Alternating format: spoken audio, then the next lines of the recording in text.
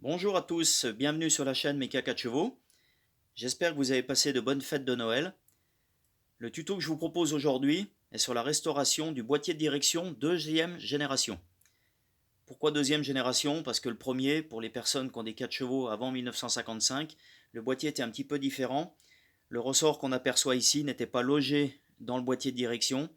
Il y avait deux ressorts qui étaient en extérieur, qui étaient guidés par un système, mu de chaque côté par la crémaillère de direction, et on avait un système de rappel par ressort en extérieur. Donc ces boîtiers de direction, on commence à les trouver à partir de 1965 jusqu'en 61 sur la fin de la 4 chevaux. Pourquoi j'ai révisé ce boîtier de direction? Tout simplement, je l'avais en stock, et celui qui est monté sur mon véhicule est quand même plein de jeux, il n'est pas en très bon état. Donc celui-là, pour gagner un petit peu de temps, je vais réviser en amont. Donc, ce qu'il faut surtout regarder sur un boîtier de direction quand on va le démonter, donc on détaillera bien sûr après le démontage complet de cette crémaillère, de ce boîtier et de cette crémaillère. Donc, ce qu'il faut regarder, c'est surtout les jeux qu'on a au niveau des bacs bronze. Donc, on a une bac bronze de guidage qui sont de chaque côté pour la sortie de tige de crémaillère. Donc, on en a une ici. On en a une autre à l'opposé qui va se trouver ici, là. Et donc, ces bacs bronze, normalement, on a des soufflets en caoutchouc qui viennent couvrir pour protéger l'ensemble. Il arrive que ces soufflets se déboîtent ou se détériorent et donc toute la partie, toutes les boues, les micro-grains, enfin tous les sables qu'on peut récupérer pendant qu'on roule, viennent se loger dans la crémaillère et viennent abîmer les parties bronze principalement. C'est souvent ce côté-là qui reçoit parce que on vient éroder un petit peu la bague bronze en sortie et donc ça va lui donner un jeu radial qui n'est pas conforme tout simplement. Donc là, il faut qu'on ait un jeu, on va dire 5 centièmes, c'est bien. Quand on commence à avoir un jeu au-delà de 5 centièmes, ouais, j'ai vu des boîtiers de direction qui avaient quand même presque 5 dixièmes de jeu. Ça veut dire que c'est quand même bien fatigué. Donc voilà pourquoi je voulais déjà restaurer celui-là, parce que ici on voit pas bien l'image, mais il y avait pas mal d'imperfections sur la tige que j'ai étoilé. Enfin, j'ai repris un petit peu la tige ici, donc la partie crémaillère de direction, de façon à adoucir ce qui avait endommagé la partie bronze devant, la bague bronze devant. Il y a une chose importante avant qu'on aille plus loin, si vous devez démonter complètement ce boîtier de direction, il faut faire attention à une chose, c'est le ressort ici. Il est il est quand même assez comprimé dans cet état-là. Donc là, il est, on va dire, à l'état repos pour le fonctionnement de la mécanique, puisque quand on va venir avec le volant, on va tourner d'un côté ou de l'autre, on va le comprimer, et puis quand on va relâcher, on va avoir le rappel par ressort, de façon à avoir les roues droites sur le véhicule. Mais malgré tout, malgré qu'il soit un peu comprimé, il peut être dangereux à sortir, il faut faire attention, parce que de part et d'autre, ici et de l'autre côté, on a deux rondelles de guidage. Et au moment de sortir ce ressort, ces rondelles peuvent gicler, on peut les prendre dans la figure. Donc il faudra faire attention au moment de le démonter.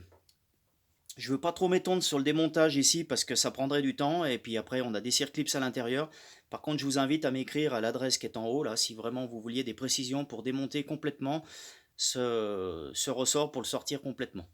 Par contre, toute la partie qu'on va voir ici, on peut la faire facilement, c'est-à-dire que on a dans ce logement ici, on va trouver les différentes pièces qu'on a sur la gauche là. Donc on va avoir déjà le système qui va entraîner la crémaillère. Donc là on voit bien le pignon hélicoïdal qui lui est monté à l'intérieur ici. Donc là, voilà, il vient en lieu et place ici. Et quand on va tourner par l'intermédiaire de la pièce ici, donc cette pièce là, elle est coiffée par des cannelures. Ici, elle est entraînée par des cannelures, elle vient coiffer l'ensemble. Et ici, on a ce qu'on appelle le flector, le système flexible, qui va faire la liaison entre cette pièce et la colonne de direction où est monté le volant. Donc on a, en premier lieu, on va démonter, donc tout l'ensemble sera donc comme ça. On va démonter cette pièce. Quand on va enlever cette première pièce d'entraînement du flector, pour l'enlever, il y a une petite finalité.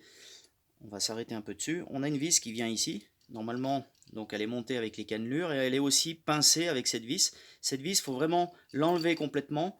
Pourquoi? Parce qu'on n'arrivera pas à enlever la pièce si on n'enlève pas la vis, tout simplement parce que la vis, elle vient dans la gorge qu'on a sur l'arbre ici. Et si on n'enlève pas cette vis, on ne pourra pas monter l'ensemble. On sera obligé d'enlever comme ça et pouvoir sortir la pièce. Donc c'est une petite finalité. Ensuite, donc on va enlever, avant d'enlever l'arbre, bien sûr, on a d'autres pièces. Donc on va trouver derrière, dans l'ordre suivant, on va voir un gros circlips ici, qui va venir fermer l'ensemble. ce circlips va venir maintenir une rondelle. Cette rondelle vient maintenir un joint SPI. Donc le joint SPI, les dimensions, c'est 25 le diamètre intérieur, 36 diamètre extérieur. D'origine, il fait 10 d'épais. Donc j'ai pas trouvé moi de 10 d'épais. Celui-là fait 7. D'origine, il fait 10. Donc moi, je compenserai avec une petite rondelle que je refabriquerai derrière de façon à retrouver la position d'origine. Donc 25, 36, 10. Voilà. Ensuite, on a une pièce qui vient à l'intérieur du joint qui, elle, sert à faire l'étanchéité. Puisqu'il ne faut pas oublier que tout l'ensemble là est gavé de graisse. D'origine, c'est vraiment rempli de graisse. Et donc, on a une pièce là qui vient faire la rotation et le joint fait l'étanchéité dynamique. Donc, pour la position du joint, il faut mettre la lèvre. Ici, on a la lèvre, c'est un joint SPI avec lèvre avec ressort. Donc, ce joint SPI, on va le mettre la lèvre à l'intérieur, comme si on était dans l'intérieur du boîtier, pour retenir la graisse éventuelle. Et puis, donc, on a donc le joint, cette pièce, et puis derrière, on va avoir, quand on va enlever tout ça, on va avoir un autre circlips qui, lui, va maintenir une rondelle. Cette rondelle va appuyer le roulement qui, lui, est monté normalement sur l'arbre. Et sur l'arbre, on a un petit circlips d'arrêt. Vous voyez, ça fait quand même pas mal de tripailles, entre guillemets. Mais il n'y a rien de compliqué. Si on va vraiment dans l'ordre logique de démontage, on va vraiment enlever les éléments un par un. Donc le gros circlips, la rondelle, le joint, la partie intérieure, ainsi de suite, jusqu'à arriver jusqu'à l'arbre d'entraînement de la crémaillère. Et puis il n'y a vraiment rien de sorcier. Au niveau du roulement, c'est un 6003. Donc 6003, c'est la référence standard qu'on va trouver. Et donc il est d'origine non protégé, c'est-à-dire qu'il est ouvert des deux côtés. Libre à vous si vous voulez en prendre un. Si vous en trouvez un 6003 de RS, vous pouvez très bien aujourd'hui garder une protection d'un côté et puis ouvrir l'autre côté pour qu'il bénéficie de la graisse, bien que de toute façon, comme il est graissé à vie, il n'y a pas de souci. Après, pour l'ensemble du graissage, si on regarde de l'autre côté du boîtier, on a dessous là une partie bronze qui a deux rôles.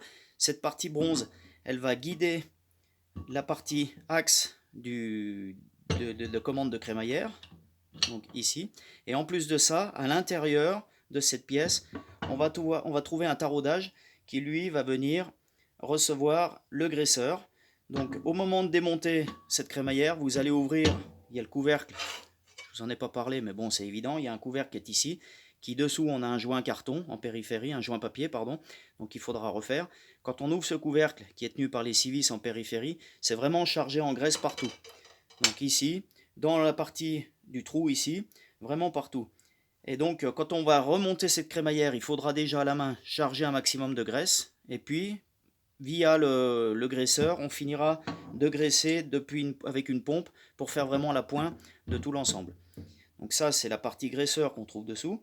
Et sur le côté, on a un système avec un patin en nylon, qui est ici, qui va rentrer dans le trou ici, là, qui va empêcher que la crémaillère parte en rotation comme ça. Donc si on regarde bien, on a un plat qui est ici au niveau de la crémaillère, au dos de la crémaillère. Donc devant, si je la tourne, on a la denture pour recevoir l'arbre avec le pignon.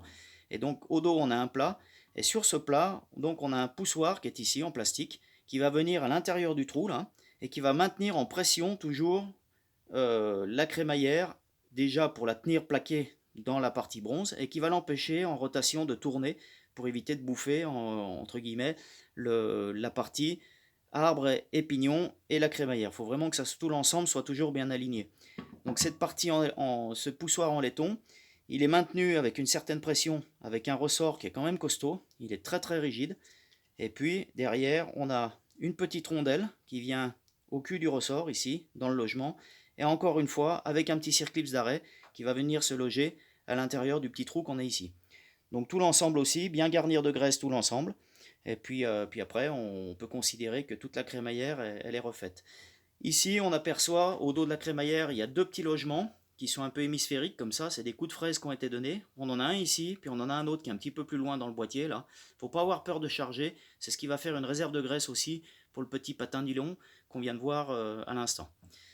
Voilà, donc si vous avez besoin de plus d'informations au niveau du démontage complet de cette crémaillère proprement dit, au niveau du ressort principalement, écrivez-moi l'adresse qui est en haut à droite de l'écran, et puis je me ferai un plaisir de communiquer avec vous, puis de vous répondre, et puis de vous guider sur ce démontage. Je vous remercie encore de me suivre. Je vous souhaite de très bonnes fêtes de fin d'année. Je ne sais pas si on se reverra d'ici le 31. En attendant, je vous souhaite plein de restaurations mécaniques. Et puis autrement, je vous dis à l'année prochaine. À très bientôt. Merci, bye bye.